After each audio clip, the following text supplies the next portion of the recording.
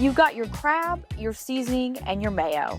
But one wrong move and that crab cake could be separating out a little bit. The culprit, the mayonnaise. It may seem like a simple ingredient, but in a crab cake, mayo plays a critical role. A binder, something to provide a little decadence, some creamy mouthfeel. But only if you're using the right one. Because as chefs at the Culinary Institute of America recently discovered, not all mayos perform the same. Even though it was all mayonnaise, they were not equal in their final product outcome. In a blind test, chefs use the same crab cake recipe, swapping in different mayos.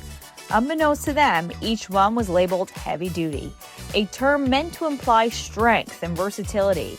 But the results? They'd all acted differently. Some of them, we looked at them and it's like, I felt like this one had more oil. Just in the moment it's sitting here, look at how much fat's leached out.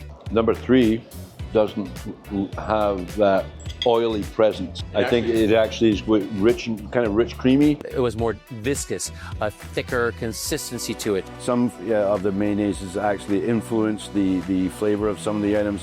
That was like almost all crab. Some had a more of a slightly bitter aftertaste. Smells like toasted brown bread or something. Others were a bit more creamy and more well-rounded. So next time you're mixing, binding, frying, or baking, make sure you've got the right mayo for the job. Because crab cakes don't care about labels. They care about texture, flavor, and how it all holds together. You're expecting things to react a certain way, and when they don't, that's apparent. I think I need to reevaluate what heavy duty really means. For more content like this, subscribe to our YouTube channel and check out Ventura Foods/Mayo Needs to learn more.